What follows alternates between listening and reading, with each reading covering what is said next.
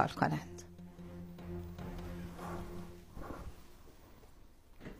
مراسم سالگرد شهید مدافع حرم مجید دیوانی با حضور پرشور مردم، مسئولان و عشایر عرب در آبادان برگزار شد. آیینی که یاد آخرین شهید راه قدس از دیار خوزستان را دوباره در دلها زنده کرد.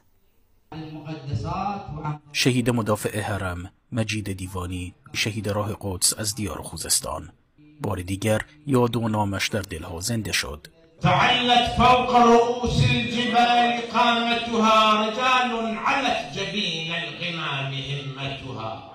در مراسم سالگردی شهید که با حضور پرشور مردم، مسئولان و عشایر عرب منطقه در آبادان برگزار شد، التي اصبحت قریبة الی الله تبارک و تعالی. در این مراسم سردار مسعود فلاحی جانشین سپاه ولی عصر استان خوزستان با اشاره به جایگاه والای مردم این استان در دفاع از میهن گفت: برای خوزستان افتخار است که نخستین و آخرین شهید مدافع حرم از این سرزمین برخاستند. ما در ایران اسلامی و خاصتا در استان خوزستان شاهد اون هستیم که جوانان عزیزمون در رکاب ولی زمان خودشون قرار میگیرن و با کمترین اشاره، همون شعار معروف است که میفرمایند از شما به یه اشاره از من به سر دویدن است. مردم از ادامه دادن راه شهدا گفتند. چیزی که از ما مدیون شهداییم. شهیدی واقعا نمونه بوده آقای دیوانی و بر خود وظیفه دونستیم که شرکت کنیم. این رژیم نحس صهیونیستی رو به خاطر این هزینه‌ای که دادیم، به خاطر این شهدایی که